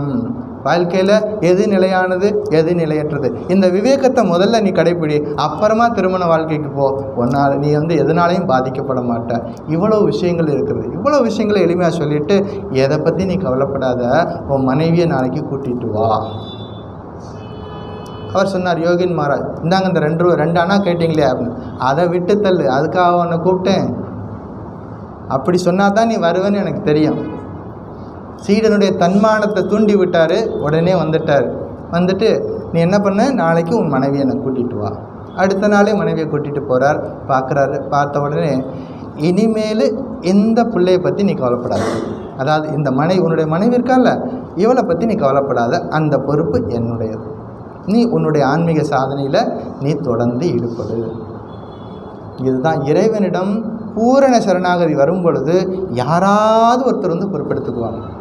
இப்போ என்ன சொல்கிறாரு, நீ ஆன்மீக சாதனை செய்யணும்னு ஆசைப்படுறியா, இதை பற்றி கவலைப்படாது, ஏன்னா அதை நான் பார்த்துக்கிறேன், நான் பொறுப்பெடுத்துக்கிறேன். பகவான் இருக்கார், நம்ம பின்னாடி இருக்கார், நான் பொறுப்பெடுத்துக்கிறேன், நீ உன்னுடைய ஆன்மீக சாதனைகளை பண்ணு. ரொம்ப சந்தோஷமாச்சு. ஒரு ஆன்மீக சாதனையில் தொடர்ந்து ஈடுபட்டுக்கிட்டே இருக்கார். நிறைய விஷயங்கள் இவரை பற்றி சொல்லலாம். கொஞ்ச நாள் கழித்து தீவிரமான ஆன்மீக சாதனையில் ஈடுபட்டுக்கிட்டே இருக்கார். அம்மாவுக்கு பார்க்குறாரு. அம்மா என்ன பண்ணுறாங்க, மற்றவங்க மாதிரி திருமண வாழ்க்கையில் ஈடுபட்டதுக்கப்புறமா மனைவியை கூப்பிட்டுட்டு வெளியில் போகிறது, சந்தோஷமாக இருக்குது, அதெல்லாம் இல்லாமல் இவர் தீவிரமான ஆன்மீக சாதனையில் இருக்கிற பார்த்துட்டு, நீ ஏன் உனக்கு இவ்வளோ கஷ்டமாக இருக்குன்னா நீ ஏன் கல்யாணம் பண்ணிக்கிட்ட அப்படின்னு யார் கேட்டாங்க? அவங்க அம்மா கேட்டாங்க. இவர் தூக்கி வாரி போட்டது. அம்மா, உன் பேச்சை கேட்டுத்தானம்மா நான் வந்தேன். நீ தான் என்ன சொன்ன, என்னுடைய பேச்சை கேளு, உன்னை நம்பித்தான் அந்த வாக்கு கொடுத்துருக்கேன், நீ உன்னுடைய பேச்சை கேட்டு தானே செஞ்சேன். அப்போ நீங்கள் யாருமே உண்மை பேசுகிறது இல்லை, இதுக்கு மேலே உங்கள் கூட நான் இருக்க மாட்டேன்னு சொல்லிட்டு வீட்டை விட்டு கிளம்பிட்டார். நீங்கள் யாருமே சொன்ன பேச்சு நீங்கள் ஃபாலோ பண்ணுறது கிடையாது, இதுக்கு மேலே உங்கள் கூட இருக்க மாட்டேன்னு சொல்லிட்டு என்ன பண்ணுறாரு, வீட்டை விட்டு புறப்பட்டு ஸ்ரீராமகிருஷ்ணருக்கு நிரந்தரமாக சேவை பண்ணுறதுக்கு வர்றார். ஸ்ரீராமகிருஷ்ணருக்கு சேவை பண்ணிட்டு இருக்கார். ஒரு நாள் ஸ்ரீராமகிருஷ்ணன் சேவை பண்ணிட்டு இருக்கார். இந்த நிகழ்ச்சி ஏற்கனவே சொன்ன நிகழ்ச்சி தான். ஒரு கத்தி எடுத்து, ஏதோ பணம் இருக்கிறதுக்காக ஒரு கத்தியை எடுத்துகிட்டு வர சொன்னார். அந்த கத்தியை வேலை முடிஞ்சவொடனே அது கொண்டு போய் வச்சுடு அப்படின்னு சொன்னார். யோகானந்தர் என்ன பண்ணார், எடுத்த இடத்துல வைக்காமல் வேற எங்கேயோ வச்சுட்டு போயிட்டார். அது இவர் தான். அடுத்த நாள் வந்தார். நேற்று உனக்கு கத்தியை எடுத்துகிட்டு சொன்னேன். ஆமாம், எடுத்துகிட்டு வந்தேன். எங்கே வச்சுட்டு போயிட்டேன். அப்போ சொன்னார், சேவை பண்ணும் பொழுது நம்ம மறந்து சேவை பண்ணணும். நம்ம சேவை பண்ணும் பொழுது யாருக்கு சேவை பண்ணுறோமோ அவர்களுக்கு எது சௌகரியமாக இருக்குமோ அப்படி சேவை பண்ணணும், நமக்கு பிடிச்ச மாதிரி சேவை பண்ணக்கூடாது அப்படின்னு சொல்லிட்டு புரிய வைக்கிறாரு.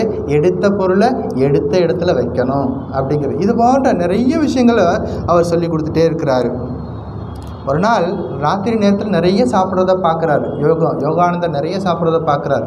அப்போது சொல்லிட்டார், தம்பி கண்ணா, நாளையிலேருந்து நீ வீட்டில் போய் சாப்பிட்டுக்கோ, உனக்கு நிறையா சோறு போடுறதுக்கு இங்கே முடியாது அப்படின்னு சொல்லிட்டு என்ன சொல்கிறாரு, ஆன்மீக சாதகர்கள் இரவு சாப்பாட்டை குறைத்து கொள்ள வேண்டும். எப்போதும் அளவாக சாப்பிடணும். பர்டிகுலராக இரவு சாப்பாடு என்பது சாப்பிட்டதுக்கப்புறமா பசி எடுக்கிற மாதிரி இருக்கணும். சாப்பிட்டதுக்கப்புறமா எப்படி இருக்கணும், பசி எடுக்கிற மாதிரி இருக்கணும். அப்படி சாப்பிடணும். ஃபுல்லாக நிறைய சாப்பிட்டுட்டு போயிட்டோம்னா தியானம் பண்ண முடியுமா? முடியாது. அப்போ இதெல்லாம் தடையாக இருக்கும் அப்படி சொல்லிட்டு சொல்லி கொடுக்குறாரு.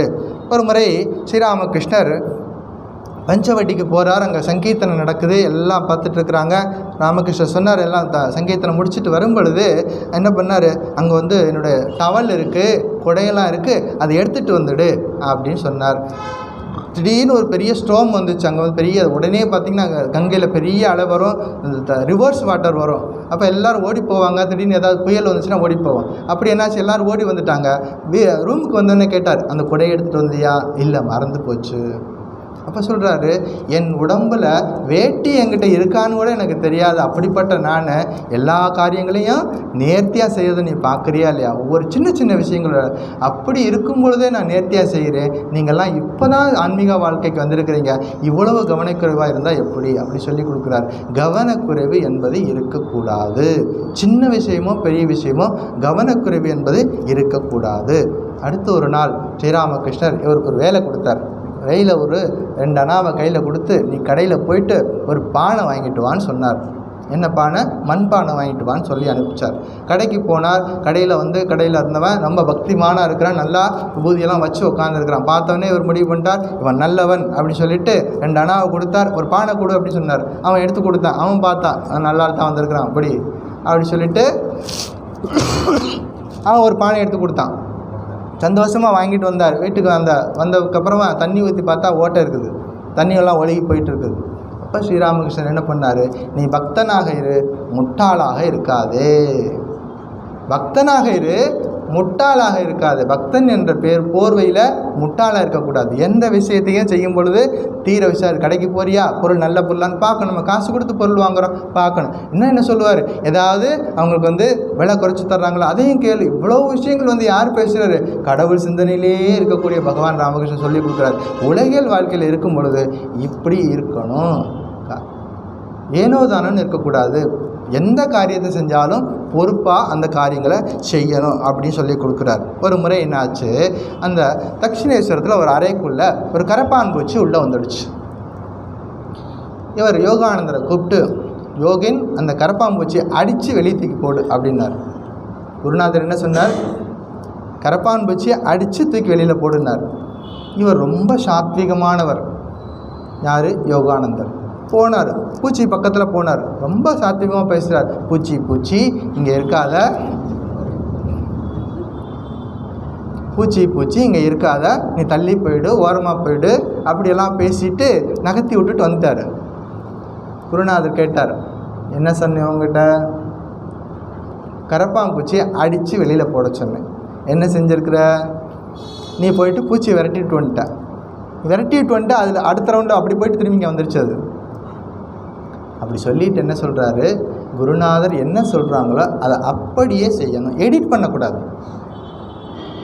அதை நம்ம எடிட் பண்ணக்கூடாது. நமக்கு ஒரு காரியம், ஒரு வேலை, ஒரு உத்தரவு போடுறாங்க அப்படின்னா அவருக்கு அதில் ஒரு ஒரு ஒரு நமக்கு ஒரு ஏதோ நம்ம சொல்ல வர்றாருன்னு அர்த்தம். அதன் மூலமாக இந்த யோகானந்தர் என்ன பண்ணால், ரொம்ப பயந்த சுபாவம், எதை கண்டாலும் பயந்துக்குவார், எதை கண்டாலும் பயப்படக்கூடியவர். இவர் பயம் போகணுங்கிறதுக்காகத்தான் அந்த பூச்சியை அடிக்க சொல்லியிருக்கிறார்.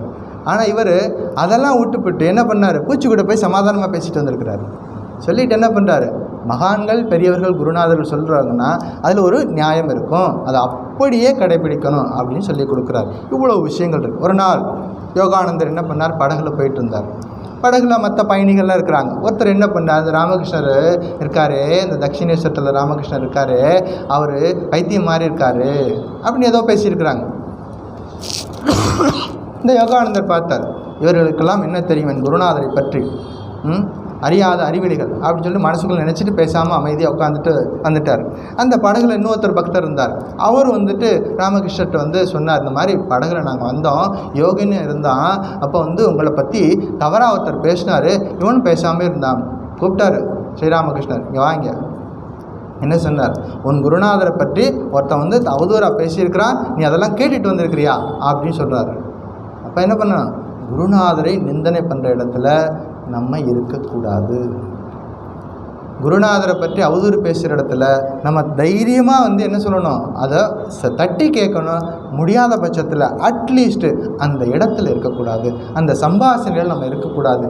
இது சாஸ்திரம் சொல்லி கொடுக்குது, இதெல்லாம் நீ கற்றுக்கொள்ள வேண்டும் அப்படின்னு சொல்லி கொடுக்குறார். ஒரு நாள் கிரீஷ் ஸ்ரீராமகிருஷ்ணன் என்ன பண்ணார், போயிட்டு கடையில் போயிட்டு ஒரு ஸ்வீட் வாங்கிட்டு வா அப்படின்னு சொன்னார். இவர் என்ன பண்ணார், நேராக போயிட்டு கடையில் போய் வாங்கணும்னா பழைய ஸ்வீட் வச்சுருப்பான். நம்ம என்ன பண்ணுவோம், ஒரு பக்தர் வீட்டுக்கு போயிடுவோம். ஸ்ரீராமகிருஷ்ணத்தை நிறைய பக்தர்கள் வீட்டு இருக்குல்லே, அவங்க வீட்டுக்கு பலராம் போஸ்னு ஒரு பெரிய பக்தர் இருந்தார். அவர் வீட்டுக்கு போய் சொல்லிட்டோம்னா ஃப்ரெஷ்ஷாக உடனே பண்ணி கொடுத்துருவாரு, நம்ம வாங்கிட்டு வந்து கொடுத்துடலாம் அப்படின்னு இவர் நினச்சிக்கிறார். போயிட்டு பலராம் போஸ் பக்தர் வீட்டுக்கு போனார், ஸ்வீட்டை பற்றி சொன்னார். அவர் ரொம்ப சந்தோஷம், அந்த பக்தருக்கு ஸ்ரீராமகிருஷ்ணர் சேவை செய்கிற காத்திருக்கிறார். கேள்விப்பட்ட உடனே பொருட்கள்லாம் தயார் பண்ணார், நல்ல ஸ்வீட் பண்ணார், கையில் போட்டு கொடுத்து டப்பா நிறைய போட்டு கொடுத்து எடுத்துகிட்டு போ அப்படின்னு சொல்லிட்டார். கொண்டு வந்து கொடுத்தார். நான் உங்கள்கிட்ட என்ன சொன்னேன், கடையில் போய் ஸ்வீட் வாங்க சொன்னேன், நீ என்ன பண்ணியிருக்கிற, பக்தர் வீட்டுக்கு போய் வாங்கிட்டு வந்திருக்கிற. அப்போது என்ன சொல்கிறாரு, சொன்னபடி செய்யணும், அதில் ஒரு தத்துவம் இருக்கும் அப்படி சொல்லிட்டு சொல்லி கொடுக்குறார். ஒரு நாள் ஸ்ரீராமகிருஷ்ணருக்கு இவருடைய டியூட்டி என்ன தெரியுமா, எலுமிச்சம்பழம் ஜூஸ் கொடுக்கறது வேலை. ஒரு நாள் வழக்கமாக என்ன பண்ணுவாங்க, அந்த தோட்டத்துக்கு பக்கத்தில் இன்னொரு தோட்டம் இருந்தது, ஒரு வீடு இருந்தது. அந்த வீட்டில் ஒரு எலுமிச்சம்பழம் இருந்துச்சு. அந்த வீட்டுக்காரங்கிட்ட கேட்டுட்டு அவங்க அனுமதி கொடுத்துட்டு அந்த வீட்டிலேருந்து ஒரு எலுமிச்சம்பழம் தினசரி யாருக்கு, ஸ்ரீராமகிருஷ்ணருக்கு ஜூஸ் போடுறதுக்காக. இப்படி இவருடைய டியூட்டி, தினசரி அந்த தோட்டத்துக்கு போவார், ஒரு எலுமிச்சம்பழம் பறிச்சுட்டு கட் பண்ணி ஜூஸ் போட்டு கொடுப்பார். ஒரு நாள் என்னாச்சு, அந்த தோட்டத்தை இன்னொருத்தருக்கு வித்துட்டார். யார், தோட்டத்தின் உரிமையாளர். இப்போ தோட்டம் யாருக்கு போயிடுச்சு, இன்னொருத்தருக்கு போயிடுச்சு. அது யோகானந்தருக்கு தெரியாது. இவர் வழக்கம் போல் அந்த தோட்டத்தில் போயிட்டு அன்னைக்கு ஒரு எலுமிச்சம்பழத்தை பறிச்சுட்டு கட் பண்ணி ஜூஸ் போட்டு கொண்டு போய் ராமகிருஷ்ணன் முன்னாடி வச்சார். ராமகிருஷ்ணன் சொன்னார், நான் குடிக்க மாட்டேன். ஏன், நான் தானே டெய்லி உங்களுக்கு ஜூஸ் போட்டு கொடுக்குறேன், அதே ஒரு பழம் தானே, அதே தோட்டத்துலேருந்து அதே செடியிலேருந்து தானே கொண்டு வந்து கொடுக்குறேன், ஏன் வேண்டாம்? இல்லை எனக்கு வேண்டாம், எடுத்துகிட்டு போ, வேண்டாம். யோசித்து பார்த்தார் என்ன நடந்திருக்கும். அப்புறம் விசாரித்து பார்த்ததில் தோட்டம் வேறு ஒருத்தருக்கு கை மாறிடுச்சு. இப்போ முதலாளி வேறவர், அவர்கிட்ட அனுமதி இல்லாமல் பொருளை எடுத்துகிட்டு வந்தால் அது திருட்டு பொருளை என்னால் சாப்பிட முடியாது. ஸ்ரீராமகிருஷ்ணர் நம்ம கற்றுக்கணும். எப்போதும் பாவ நிலையில், சமாதி நிலையில் இருக்கிற, கடவுள் நிலையில் இருக்கிறவர் சின்ன சின்ன விஷயங்கள் நமக்கு சொல்லிக் கொடுக்குறார். நம்ம வாழ்க்கையில் எப்படி இருக்கணும், சின்ன சின்ன விஷயங்கள். குழந்தைங்கள் சிறியதாக தவறு பண்ணும்போதே கண்டிக்கணும். ஒரு பையன் ஒரு கிளாஸ் ரூமில் எங்கேயாவது ஸ்கூல்லேருந்து வரும்பொழுது ஒரு பென்சிலை, அடுத்தவன் பையன் பென்சிலை தூக்கிட்டு வந்துட்டானா அன்னைக்கே பிடிச்சணும். இந்த பேரண்ட்ஸு கவனமாக இருந்து அன்றைக்கே என்ன பண்ணணும், இதை உடனடியாக கொண்டு போய் ஸ்கூலில் போய் யார்கிட்ட எடுத்து அவங்களுக்கு கொடுத்துருன்னு சொல்லி பழகணும். அப்படி அங்கேயே ஸ்டாப் பண்ணிட்டோம்னா அந்த குழந்தை நல்லா வளர்ந்து வரும். அதை கண்டுக்காமல் சின்னது தானேன்னு விட்டுட்டோம்னா வளர்ந்து பெரிய முள்மரமாகி சமுதாயத்துக்கு பெரிய தீவினையை உண்டாக்கக்கூடிய ஒரு கொடியவனாக வளர்ந்துருவாங்க. இதெல்லாம் ஸ்ரீராமகிருஷ்ணர் நமக்கு சொல்லாமல் சொல்லி கொடுக்குறார். வாழ்க்கையில் எப்படி இருக்கணும் அப்படிங்கிறத இந்த சீடர்கள் மூலமாக சொல்லி கொடுக்குறார். ஸ்ரீராமகிருஷ்ணருடைய மறைவுக்கு பிறகு அன்னை சாரதா தேவி பிருந்தாவனத்துக்கு யாத்திரை போனாங்க. அப்போ அன்னை சாரதா தேவிக்கு ஸ்ரீராமகிருஷ்ணர் ஒரு விஷன், அவருக்கு ஒரு விஷனில் சொல்கிறாரு, நீ எனக்கு பிறகு இந்த சங்கத்தை நீ தான் வழி நடத்தணும், நீ பக்தர்களுக்கு தீட்சை கொடுக்கணும். யாருக்கு தீட்சை கொடுக்குறது, எனக்கு மந்திரமெல்லாம் தெரியாது, அதெல்லாம் சொல்லி கொடுக்குறார். என்ன செய்யணும், யாருக்கு தீட்சை கொடுக்கணும், நீ யோகினுக்கு கொடு. யாருக்கு, யோகானந்தருக்கு கொடு. அன்னை சாரதா தேவியிடமிருந்து முதல் சீடர் இவர் தான். மந்திர தீட்சை பெற்ற முதல் சீடர் நம்ம யோகானந்தர். சாரதா தேவிட்டையும் கனவுல சொல்கிறார், யோகானந்தருக்கும் கனவுல சொல்லி நீ சாரதாம்மாட்ட போயிட்டு தீட்சை வாங்கிக்கோ அப்படின்னு சொல்லி கொடுக்குறார். அப்படி சாரதாம்மாவுடைய முதல் சீடனாக வருகிறார் இந்த யோகானந்தர். அப்போ அம்மா கூட என்ன பண்ணுறார், பிருந்தாவன யாத்திரையெல்லாம் போகிறாரு. அவங்க கூட இருந்துட்டு நிறைய அனுபவங்கள்லாம் வருது. அவருடைய தீர்த்த யாத்திரை தவ வாழ்க்கையில் நிறைய பல்வேறு இடங்களில் பார்த்திங்கன்னா பெரிய பெரிய ப்ராப்ளம்லாம் வரும். ஒரு இடத்துல உட்காந்து தியானம் பண்ணிகிட்ருக்கார், ஒரு இடத்துல ஆவிகள் அவர் தொந்தரவு பண்ணுது. அப்போ ஜெய் ஸ்ரீ ராமகிருஷ்ணா அப்படின்னு சொல்கிறார். அப்போ அந்த ஆவிகள் இருந்த இடம் தெரியாமல் ஓடி போகுது. அப்போ சொல்கிறாங்க, என்னது நீ ராமகிருஷ்ணர் பேரை சொல்கிறியே, அப்படின்னா நாங்கள் இனிமேல் இங்கே வரமாட்டோம், நீ சந்தோஷமாக தியானம் பண்ணு. நம்ம ஞாபகம் வச்சுக்கணும், நமக்கு எப்போவாவது கஷ்டம் வருதா, நமக்கு எப்போவாவது துன்பம் இருக்கா, மனக்கலக்கம் இருக்கா, சஞ்சலம் இருக்கா, சொல்லி பழகணும். ஜெய் ஸ்ரீ ராமகிருஷ்ணா சொல்லி பழகணும். இறைவன் நாமத்தை சொல்லும் பொழுது எல்லா துன்பங்களும் நம்ம விட்டு தானாக ஓடி போயிடும். அப்படிங்கிறதான் இவர் நம்ம கற்றுக்க வேண்டிய விஷயங்கள். சாரதாம்மாவுக்கு சேவை பண்ண முதல் சீடரும் இவர் தான். சாரதாம்மாவுக்கிட்டேருந்து மந்திர தீட்சை வாங்கின முதல் சீடர் இவர் தான். அம்மாவுக்கு சேவை பண்ண முதல் சேவக்கு இவர் தான். சாரதாம்மாவுக்கு சேவை பண்ண அவர் சேவக்காகவும் இருந்தார், நிறைய சேவை பண்ணார். சாரதாம்மாவுக்கு எப்படி நமஸ்காரம் பண்ணுவார் தெரியுமா? சாரதாம்மா இவர் போய் நமஸ்காரம் பண்ணுற வரைக்கும் அம்மாவை நிற்க வைக்க விட மாட்டார். அம்மா நடந்து போனதுக்கப்புறம் எந்த இடத்துல அன்னையின் பாதம் படிந்திருக்கிறதோ அந்த மண்ணை தொட்டு கும்பிட்டுக்குவார். ஏன்னு கேட்டதுக்கு, நான் வணங்குற வரைக்கும் அம்மா நிற்கணுமா, நான் வணங்குற வரைக்கும் என் தாய் உலக நாயகி இந்த சாரதாம்மா இன்னைக்கு நிற்கணுமா அப்படின்னு சொல்லிட்டு அது இருக்காது. அப்படி சொல்லிட்டு அம்மா நடந்து போனதுக்கப்புறமா அந்த மண்ணை எடுத்து தலையில் ஒட்டிக்குவாராம். யாராவது ஏதாவது கொஞ்சம் பணம் கொடுத்தாங்கன்னா இது அன்னையின் சேவைக்கு பயன்படும் சொல்லிட்டு பத்திரமா வச்சுக்குவாராம். அன்னையின் சேவைக்காக பயன்படுத்துவார். இவருக்கு உடல்நிலை சரியில்லாமல் போகுது. அப்போ என்ன பண்ணுறார், சாரதானந்தரை கூப்பிட்டு நீ இந்த பொறுப்பை எடுத்துக்கணும் அப்படின்னு சொல்லிட்டு அன்னைக்கு ரெண்டாவது சேவைக்கு யார் வர்றார், சாரதானந்தர். இவரை கூப்பிட்டு அன்னையின் சேவையில் நீ உன்னை முழுமையாக ஈடுபடுத்திக்கோ, சாரதாமாவுக்கு சேவை பண்ணுறது பெரும் பாக்கியம் அப்படி சொல்லிட்டு சாரதானந்தரை அந்த சேவையில் ஈடுபடுத்துகிறாரு. சுவாமி விவேகானந்தர் அமெரிக்காவுக்கு போயிட்டு திரும்பி வர்றார் 1897. திரும்பி வந்ததுக்கப்புறம் ராமகிருஷ்ண மிஷனை தொடங்குகிறார். அப்போ ராமகிருஷ்ண மிஷனை தொடங்கினோடனே இவரை உபத்தலைவராக ஆக்குறார். என்னோட வைஸ் பிரசிடெண்ட்டாக இருக்கார். அதாவது பிரசிடெண்ட்டாக ஸ்ரீமத் சுவாமி பிரம்மானந்தர், வைஸ் பிரசிடெண்ட்டாக சுவாமி யோகானந்தரை நியமிக்கிறார். சுவாமிஜி இந்த மடத்துக்கான சட்டத்திட்டங்கள்லாம் போடுறார். அப்போ யோகானந்தருக்கு கோபம் வருது. இதெல்லாம் ஸ்ரீராமகிருஷ்ணர் சொல்லலையே, நீ வெளிநாடுகளுக்கெல்லாம் போயிட்டு வந்ததுக்கப்புறமா உன் மனசில் தோன்றதெல்லாம் செய்கிறியா அப்படின்னு கேட்குறார். அந்த கேள்வி கேட்டவர் இவர் தான். சுவாமிஜிக்கிட்ட நேரடியாக கேள்வி கேட்டார். அப்போ சுவாமிஜி என்ன சொல்கிறாரு, ஸ்ரீராமகிருஷ்ணர் எண்ணற்ற கருத்துக்களின் இருப்பிடம். அவரை ஒரு சின்ன வட்டத்துக்குள்ளே நீ அடைக்கன்னு நினைக்கிறியா, அது நடக்காது. ஸ்ரீராமகிருஷ்ணர் உனக்கு என்ன உபதேசம் சொல்லி கொடுத்துருக்காரோ அது நிச்சயமாக நீ ஃபாலோ பண்ண. எனக்கு சொல்லி கொடுத்தது வேற, ஸ்ரீராமகிருஷ்ணர் எனக்கு சொல்லிக் கொடுத்தது வேறு அப்படி சொல்லிட்டு ஸ்ரீராமகிருஷ்ணர் அவரே இதை நடத்துகிறார் அப்படிங்கிறத சொல்லிக் கொடுக்குறார். எத்தனை பேர் வேணாலும் ஸ்ரீராமகிருஷ்ணர் உருவாக்கியிருக்கார்.